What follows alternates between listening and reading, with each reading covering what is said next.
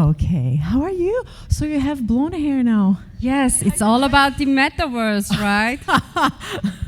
That's beautiful. So thank you, ladies, for being here. Thank you, everyone, for waiting for us. I see some familiar faces here. So let's start the conversation today. The goal is really to discuss fashion in the metaverse, but from a more different angle, I think. We hear quite often about digital fashion, but today let's talk about how that transformation is going to impact gaming, the new generations, and so on. So let's start with the introductions. I would like to request our ladies to introduce yourselves, please. Of course. Thank you, Chichi, for having me here. So, who of you own a fashion brand? Who of you own a fashion store? I don't, because it's just too expensive for me to afford it. But in the future, there's Fashion League. You can own your own digital store, your own digital brand. So, my name is Tricia Lee Battistini. I'm CEO and founder of Fashion League. Hello, guys. Thank you, Teresa. Andrea. Hi, guys. My name is Andrea Abrams. So I am the founder of FijiCode. FijiCode is an organization that we created to try to merge some of the difficulties we're seeing between physical and digital fashion and retail. I actually come from the physical retail and fashion world, 20 years of seeing the evolution of big and small brands and seeing the disruption that Web 1 and Web 2 had created. When I got involved in the blockchain space in 2017, I thought it would take a lot longer for on-chain activities to reach our industry. And when things started to evolve and metaverse activities started to become a choice for fashion brands, we realized that much like in prior transitions, we needed to create a real connection between the two. So FijiCode is really designed to be an organization to be equal parts education and an incubator. So we have already launched one project with Metaverse Fashion Week in March, and we're going to launch a bigger relationship now with Gigi, who has joined our organization. And I'm also the chief of strategy for Faith Tribe. And we started with a real life brand, a Faith Connection. And Faith Tribe is launching in January a platform that's going to be a utility platform, like a toolkit of physical and digital solutions for fashion creators of all kinds, mostly independent designers and small brands. I like to say that we're going after the 90% of the designers who can't afford a lot of the things that you see in the metaverse today. Hello, I am Zeno. I am the co-founder of Unique, which started a few years ago in the traditional Web 2 supply chain. And as of the last year, we've been working to integrate supply chain all the way through to 3D asset creation. That's sort of how I got into the metaverse space, and I'm currently advising Nico's company, CMO, which is a metaverse solutions company. Our focus is the Fashion DAO. Yes, I also helped found the Fashion DAO. But yes, similar to Andrea, our mission is to give access to the lower 90% of creatives and designers who are trying to create things and are now seeing the gates closed, even in the digital landscape. Thank you, Zeno. Thank you all, ladies. This is really incredible. So I think we can start with some questions, and I would like to start with Teresa, okay? Let's start with you.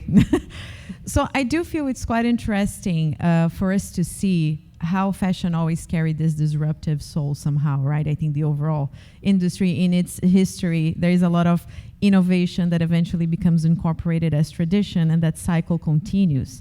And right now we live in a moment where gaming is really, really common sense, like in our lives, right? So how do you see the connection between gaming and fashion? And also, how does that work in terms of play to earn or even where to earn? I think those are interesting things, Teresa. Of course, Gigi. So for those who are not familiar with blockchain gaming or what it really means, play to earn. So I will come back to your questions, but I think I quickly want to explain this. It's like players, they get paid for playing a game. So what happens is like all their in-game cash will be exchanged to tokens, and from tokens to real cash. But the question is this sustainable? Because a game needs to be fun.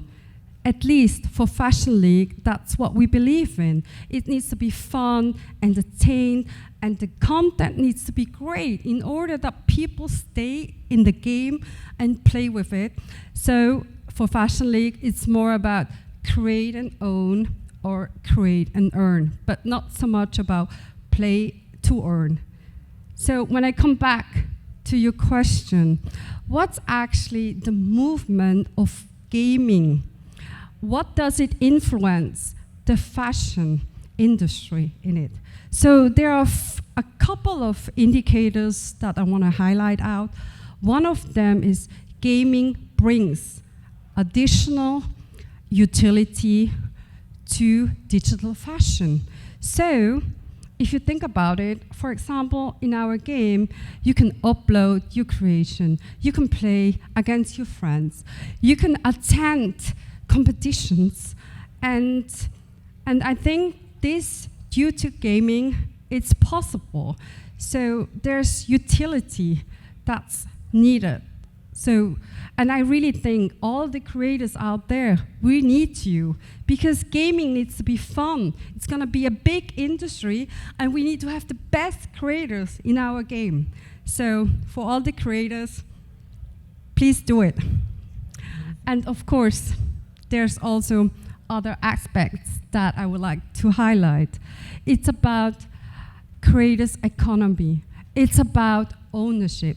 For example, my friend, she owns a huge Instagram with lots of followers, but she's so afraid of it. Why? Because she thinks that one day Instagram's gonna ban her. They don't like her content. And she doesn't even own her content, even though she uploaded it.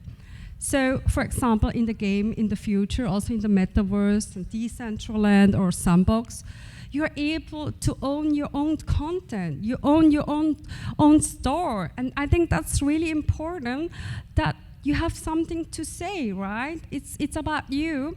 And I think that's another aspect that really makes it completely important. I think that giving the power back to the designers and the ownership, that's our chance to rewrite the internet, right?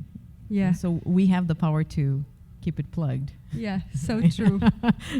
Thank you, Theresia. And I think that's also, that takes us to another important point, and I'm going to direct to Zeno a little bit, that has been working with different designers and empowering those communities. So do you believe that the Web3 space and the Metaverse, they carry a particular power to empower designers? How that social transformation also comes through this technology?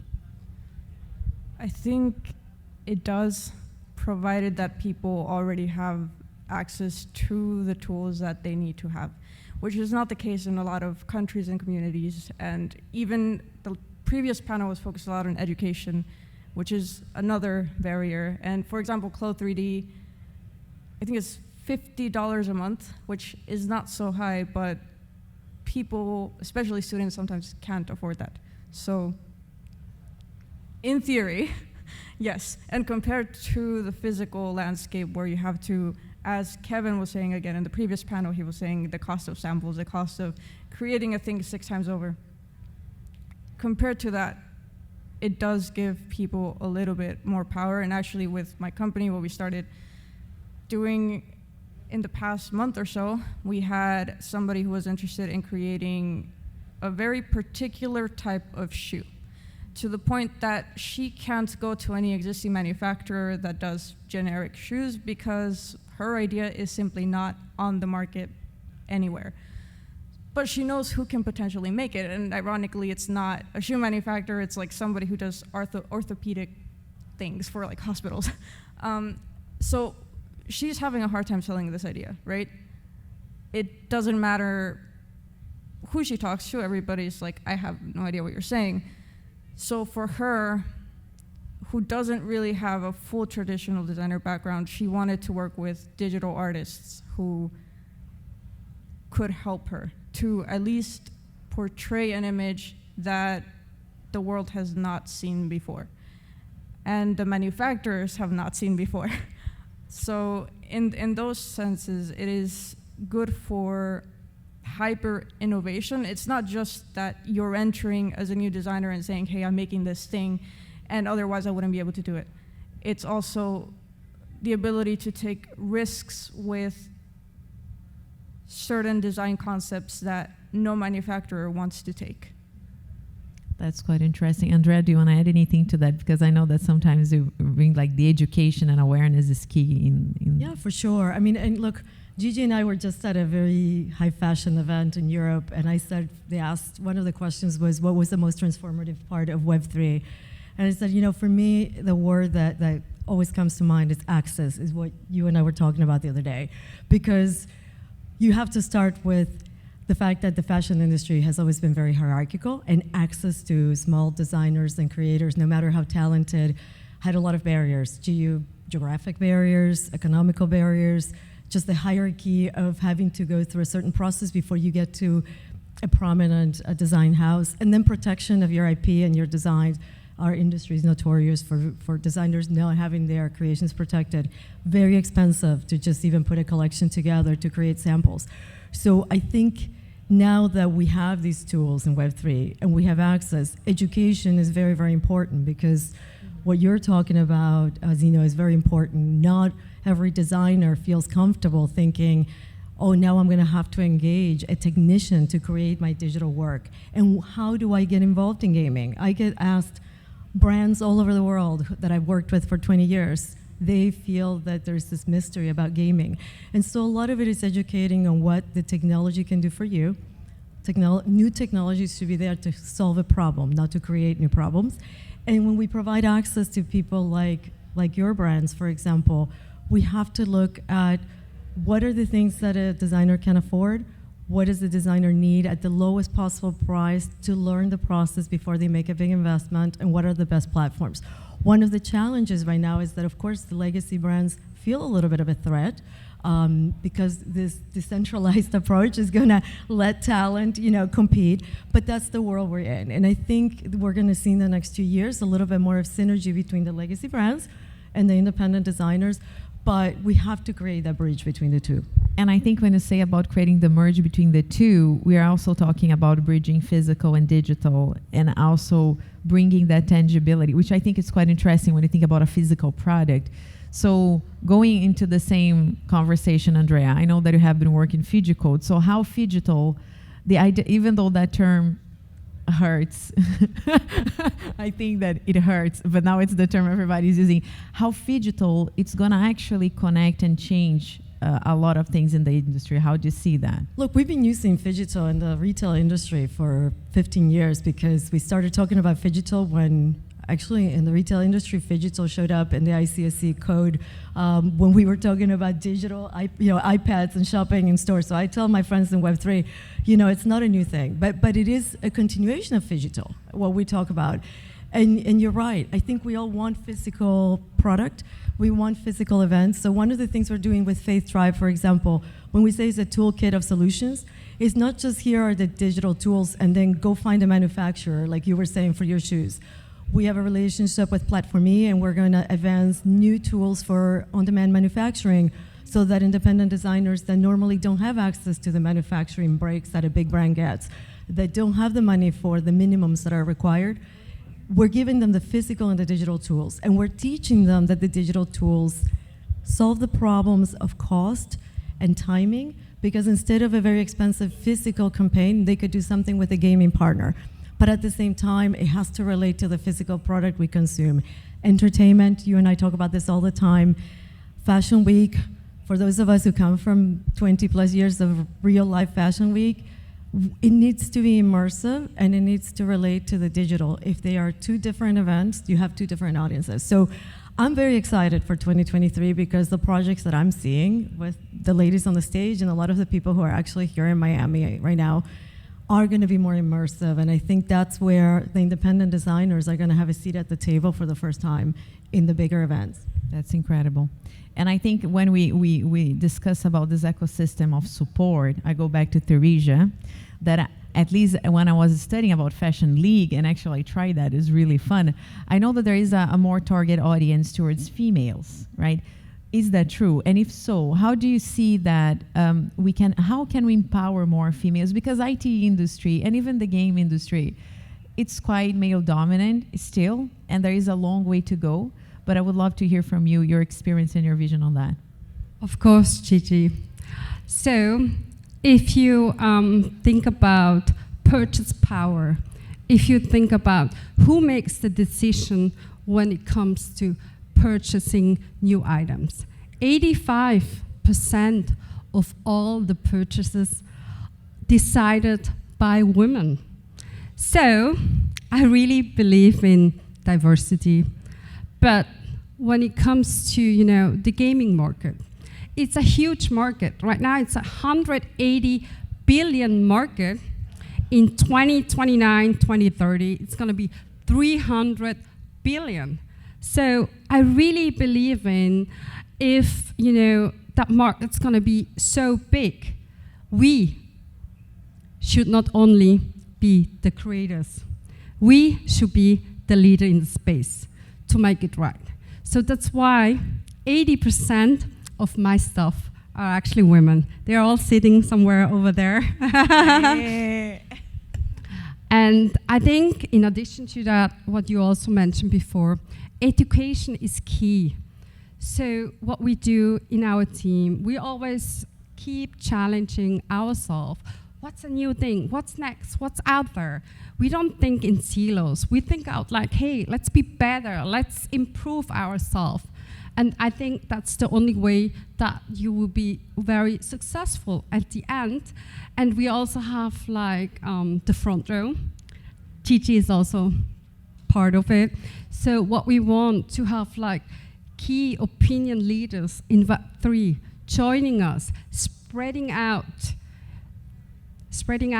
the, the mission that we are doing. Women should not be afraid to be in tech.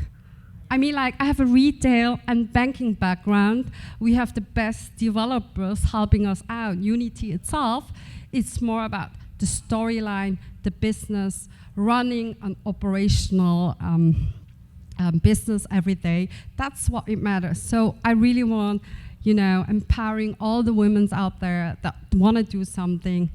I could do it. My team, we will make it. So I'm pretty sure you all will do it too. Amazing. So that's really my mission. That's a good statement, we can all make it.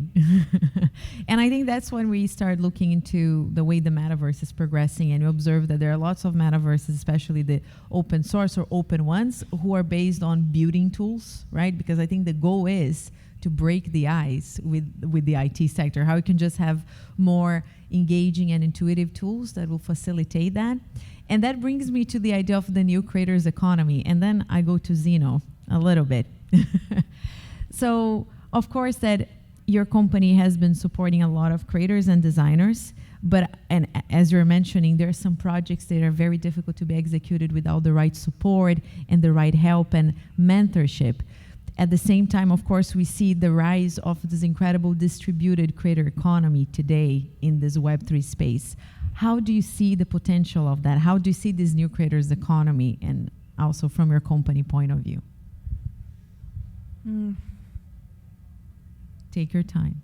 Yeah, I'm thinking the value of the distributed economy. And anyone can answer. I think we saw the very big downfalls of centralized systems that we thought were distributed, and I'm not talking about FTX. I'm talking about the supply chain systems and things that we've seen before. But decentralized economies in general, I mean, we've tested it out in person, and it's not that it's only digital. It's not that it's only in metaverses. So, for example, we had designers with the ability to manufacture in micro centers in different countries so that they didn't have to do huge shipping loads, because that's not possible for a lot of designers, right? So that's physical decentralization, which is a lot easier in the metaverse. I think decentralized economy, I don't want to necessarily call it the gig economy, even though it kind of feels like that. I don't know if any of you agree with me on this, but it feels sort of like you're taking back a bit of power where you're not in the metaverse and in Web3 in general, you're not tied to seasons, which I'm sure you know. There's a lot that has to happen before something gets actually done. So in that sense of things, it's a little bit more freedom of when you do things, how you do things, how things get to where they need to be. And even distribution of labor that normally only very large companies get to do it, where they say, we attach the zipper in Italy, therefore we are made in Italy, and everything else is like in China. So that's the level of decentralization that only very large companies can afford to do, but you know, digital decentralization, somebody made the texture, somebody chose a color, somebody made the pattern. That kind of collaboration can happen. Anyone wants to add anything? Well, I think you're touching on something that is a very powerful aspect of doing things on chain, and it's transparency, right? And so I think but in order, I think one of my partners who's sitting in the audience was talking in the earlier panel about the fact that in order for all of these things to come together, you have to have the legacy industries that are controlling that begin to participate in the adoption and not silos. So the moment that we get the traditional brands that are following the traditional process you described of fashion to start adopting some of the activities we're describing here, whether it is to have records on chain for more transparency as they're required to show more proof of sustainability, as they're required to be more inclusive. I think that is important because you need that mass adoption for everything else that we're doing and the power we're given to independence to be taken seriously. And I think that's where, you know, a lot of the time, I spend a lot of my time creating that bridge, because if you continue to have silos, then you're going to have two economies.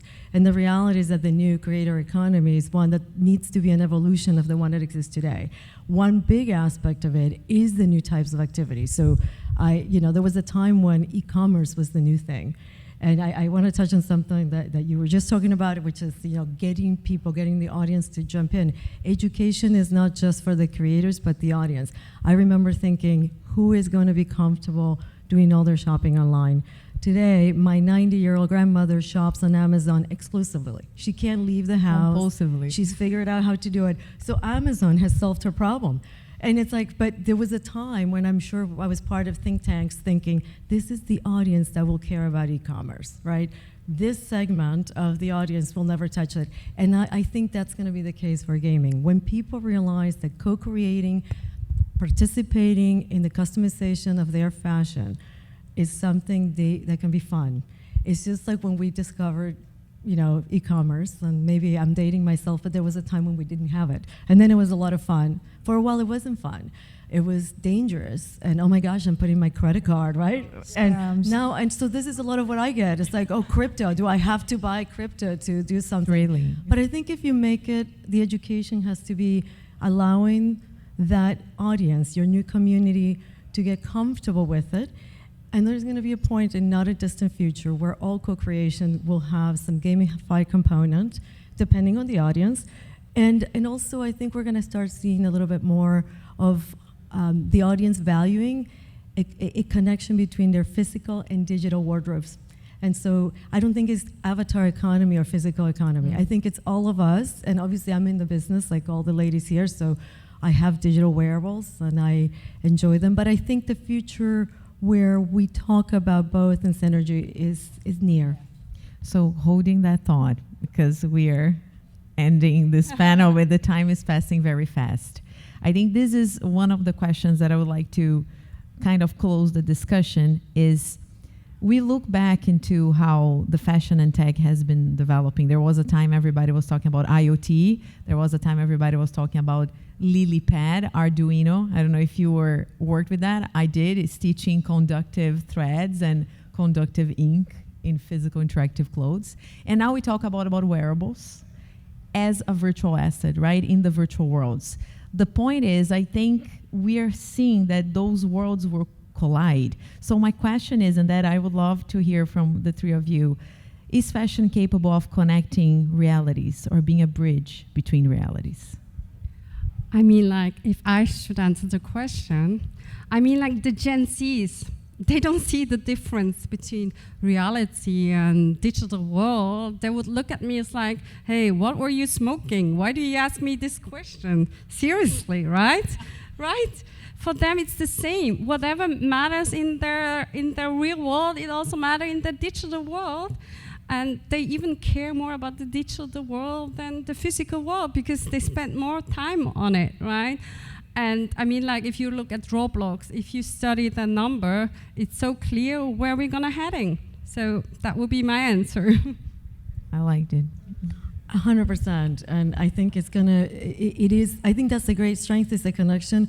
In the physical world, we used to create physical activities and activations and parties to try to make the whole process of discovering a collection fun. Well, now what we're doing in the metaverse is exactly the same thing. And so all we're doing is saying, how do we make the shopping experience, the presentation of the collection fun? It doesn't have to be a copy of the physical. I keep telling everybody, we don't need a digital copy of the same physical activity. We need the equivalent, which would be a gamified experience.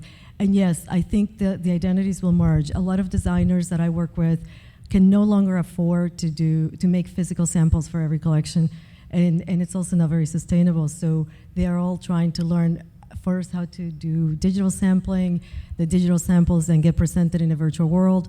The realities are merging even from the business perspective. To some people, they are the same already. For some people, they will never be the same. And there's like, you know, the Roblox crowd, the Fortnite crowd too. For them, it's the same thing. They hang out with their friends and they say, oh, you don't have this, why aren't you using this right now? We agreed we were gonna use this. But then there's also the case of people who still value a lot of legacy, and a lot of those are maybe older generations or people who grew up with those ideas too. And it will probably shift because, I mean, it will phase out generation by generation, but within the next 5 years, I don't think we should expect everybody to accept it to be the same, because in many ways it's not. There's people who say, oh, well, what if I want to pass this on to my children? See, this makes it easier, but people can't see it, so.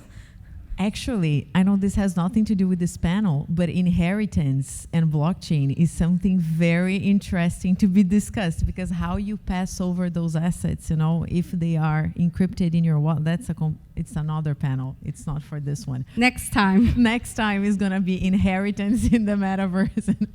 Because that's quite interesting. How do you, if somebody passes away, like how do you actually get all those assets, all those variables, how you pass those identities through generations? Smart contract. You have to make, yeah, that's true. You have to make it advanced. Then you copy it again and copy again to the new. Yeah. But here comes the connection to the physical world. Just because you have access to something, what gives you the rights to legally own something, and the laws of the land depend with legislation from each country. And so, you know, a lot of my blockchain founder friends are having that conversation right now. It's like, how do we, it's the same problem, it's the same issue we had with Web 1 and Web 2. In the United States, we're still creating new legislation for Web 2, right? And so I think we can't ignore the fact that you still have legal issues, accounting issues, tax issues that are going to continue to affect where you live. And that's why some countries are going to move faster than others.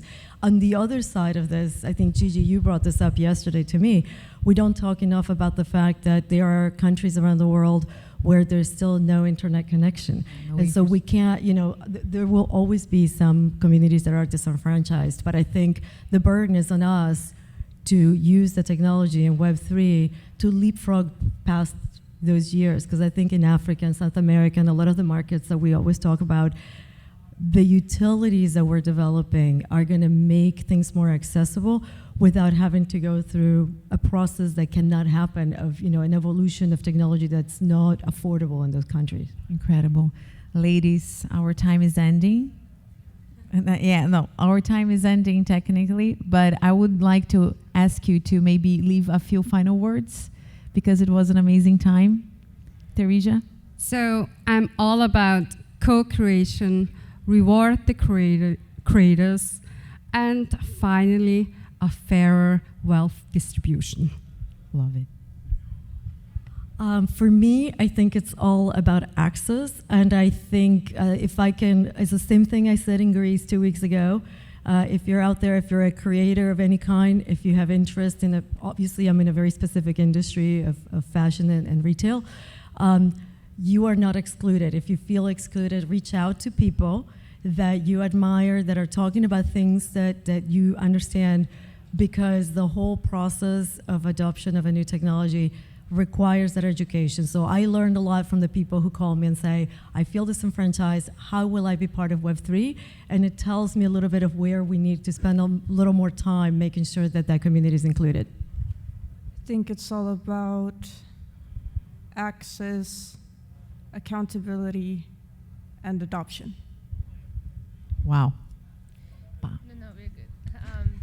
Gigi, I would love to hear from you, and how are you going about incorporating fashion in Decentraland? Tell us a little bit more. Oh, so a question for me. Oh, Yes. okay.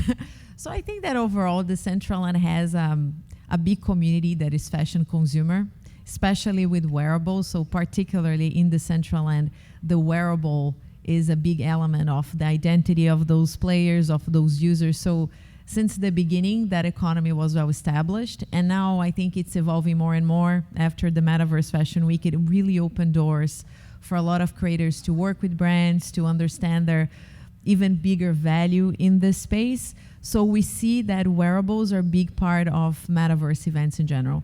Sales, of course, but the free giveaways, people claiming.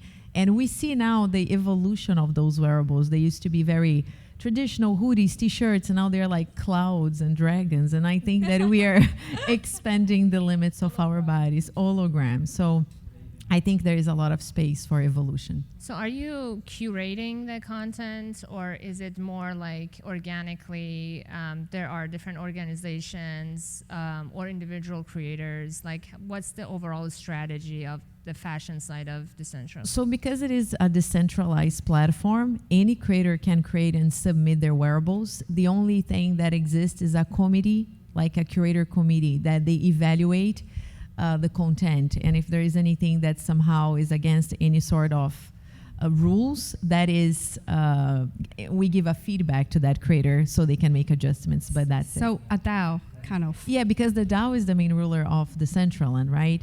But then there is a committee selected by the DAO that makes sure that things are filtered. But beside that, anyone can submit a wearable, can create a collection, and can express their art in the space. And is there going to be another fashion show soon? Yes, actually we have some of the partners here. They were here, OVR, Fiji Code. We have, we're going to make an official announcement, but the Metaverse Fashion Week is coming back end of March 2023. And I hope to have you all there. Shumi is there. I have a question for the audience. How many of you own a wearable NFT? Oh, that's Wow. good. That's good. Okay. That's good, right? Especially panel. the guys. Sorry. Amazing. That's amazing. And in terms of like the interoperability aspects of it, what are you guys all doing in terms of bringing more interoperability in these platforms that you're working on? I mean, I know it's a buzzword, but like, what actionable steps are we taking from Can the I just founding side? quickly Yeah. add, like in Dcentral and particular, there is the option of linked wearables. I think that's one of the things that allow you to connect an NFT with a collection of wearables. I think that's the closest we're getting to that interoperability right now. So I would say let's ask Apple, because they don't allow us to do that anymore, or Google. Yeah. So that will be. But what are we doing? I mean, we can't complain, but what's the actionable item? So, for example, Fashion League, we are going to be on mobile first, because most women are playing fashion games on mobile. 50% of all the gamers are actually women. But now we are just waiting and see what is up, you know. But in general, I'm pretty sure we find our ways. I think we're years away from true interoperability, but it's, I would be lying to you if I told you that anybody's going to have a platform that's truly interoperable. So on the Faith Drive side of things, what we are doing is we have a Web 2 platform launching in January, which is going to be what I call Web 2.5, because all of our plugins, there will be physical activations, and then the digital is going to be platform agnostic. So we're working. We made a public announcement a few weeks ago that 3Dium is the studio that is providing all of the utilities in the education, and they're gonna, so our community members, anybody can join, and basically you can buy design work for anything. It doesn't have to be for creation of NFTs. If you want to participate in Roblox, you want to participate and learn how to create a decentralized wearable, you can just buy as you go. And so part of what we're teaching the design community that is not very Web3 savvy is there are all kinds of things. Not everything is a NFT, not everything is a wearable NFT. There's gaming, there's all kinds of things that you see in the news. How do you take that to your own activity? Even for our own native token, we are not going to launch, the token is trading on, you can use it on Polygon and Ethereum. We're in conversations for a third protocol because of that issue. And the reality is the Web2 platform is going to be accessed by fiat, because right now there is no true interoperability. We have the token for when we launch the DAO, and actually the DAO will be not just for community. The DAO will really have the mission of access to investment, because the idea is for those who have tokens and who vote for certain designs, instead of making direct investment in brands, we're going to create with our smart contract a staking reward program where your rewards come in the form of rewards from the designer. So somebody like Zeno could apply to receive some of the tokens from the DAO. But it takes time. I'm not going to lie to you. That is phase 2. It's set up. The smart contracts are on GitHub. You can look at them. You can audit them. But there is a process to these things in the real world. And I think the best some of us can do for the industry is to say, don't feel FOMO, because these things take time and you have to go through the steps. Amazing. Girls. Thank you so much. Thank you so much, Nico. Thank you, everyone.